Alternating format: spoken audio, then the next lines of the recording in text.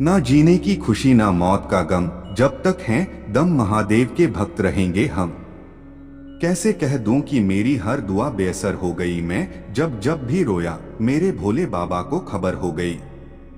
सिर उठा के चलते हैं महादेव की मेहरबानी है, भोलेनाथ की भक्ति करना मेरे जीवन की कहानी है।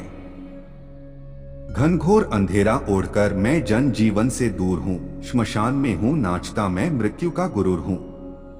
वो लम्हा मेरी जिंदगी का बड़ा अनमोल होता है, जब मेरे महाकाल की बातें यादें और माहौल होता है।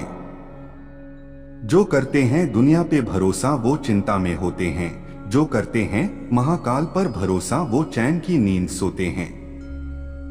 भोले के दरबार में दुनिया बदल जाती है रहमत से, हाथ की लकीरें बदल जाती है, लेता है जो भी सच्चे दिल से महादेव का नाम, एक पल में उसकी तकदीर बदल जाता है।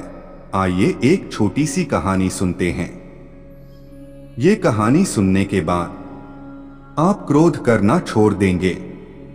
भगवान शंकर ने पिपलाद से कहा, तुम उस दानी के पुत्र हो जिसके आगे देवता भी भीख मांगने को मजबूर हो गए थे। इतने बड़े दानी के पुत्र होकर भी तुम भिक्षुकों पर क्रोध करते हो। महर्षि दाधिची के पुत्र का नाम था पिपलाद। चूंकि वह सिर्फ पीपल का फल ही खाया करते थे, इसलिए उन्हें पिपलाद के नाम से पुकारा जाता था।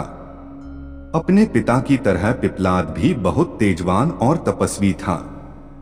जब पिपलाद को डोट यह पता चला कि देवताओं को अस्थिदान देने के कारण उनके पिता की मृत्यु हो गई, तो उन्हें बहुत दुख हुआ। आग बबूला होकर उन्होंने देवताओं से बदला लेने का निश्चय किया। यही सोचकर वह शंकर भगवान को खुश करने के लिए उनकी तपस्या करने लगा। उनकी तपस्या से अंततः शंकर भगवान खुश हुए और पिपलाद से वरदान मांगने को कहा। पिपलाद ने भगवान से प्रार्थना की, हे आशुतोष, मुझे ऐसी शक्ति दो जिससे मैं देवताओं से अपने पिता की मृत्यु का बदला ले सकूं। भगवान शंकर तथास्तु कहकर अंतर्ध्यान हो गए। उनके अंतर्ध्यान होने के तुरंत बाद वहां एक काली कलूटी लाल लाल आंखों वाली राक्षसी प्रकट हुई। उसने पिपलाद से पूछा, स्वामी आज्ञा दीजिए, मुझे क्या करना है? पिपलाद ने गुस्से में कहा, सभी देवताओं को मार डालो। आदेश मिलते ही राक्षसी पिपलाद की तरफ झपट पड़ी। पिपलाद अचंभित हो चीख पड़ा, यह क्या कर रही हो? इस पर राक्षसी ने कहा, स्वामी अभी अभी आपने ही तो मुझे आदेश दिया है कि सभी देवताओं को मार डालो। मुझे तो सृष्टि के हर कण में किसी न किसी का वास नजर आता है। सच तो यह है कि आपके शरीर के हर अंग में भी कई देवता दिख रहे हैं मुझे, और इसीलिए मैंने सोचा कि क्यों न शुरुआत आपसे ही करूं। पिपलाद भयभीत हो उठे। उन्होंने फिर से शंकर भगवान की तपस्या की। भगवान फिर प्रकट हुए। पिपलाद के भय को समझकर उन्होंने पिपलाद को समझाया, वत्स, गुस्से में आकर लिया गया हर निर्णय भविष्य में गलत ही साबित होता है। पिता की मृत्यु का बदला लेने की धुन में तुम यह भी भूल गए कि दुनिया के कण कण में भगवान का वास है। यह सुनते ही पिपलाद का क्रोध शांत हो गया और उन्होंने भगवान से क्षमा मांगी।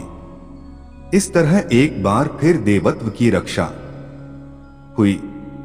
नफरतों के समंदर को प्यार के तालाब खरीद लेते हैं। पैसे से खरीद सकते हो ताज, दुनिया में भोले के भक्त दिल का राज खरीद लेते हैं। किसी से रखा नहीं अब मैंने कोई वास्ता, शिव ही मेरी मंजिल और शिव ही मेरा रास्ता। सारा जहां है जिसकी शरण में नमन है, उस शिव के चरण में बने उस शिव के चरणों की धूल, आओ मिलकर चढ़ाए हम श्रद्धा के फूल। जिसके पास आत्मविश्वास है मैं उस आत्म में हूँ, जिस क्षण आत्मविश्वास नहीं उस वक्त वह मुझ में है।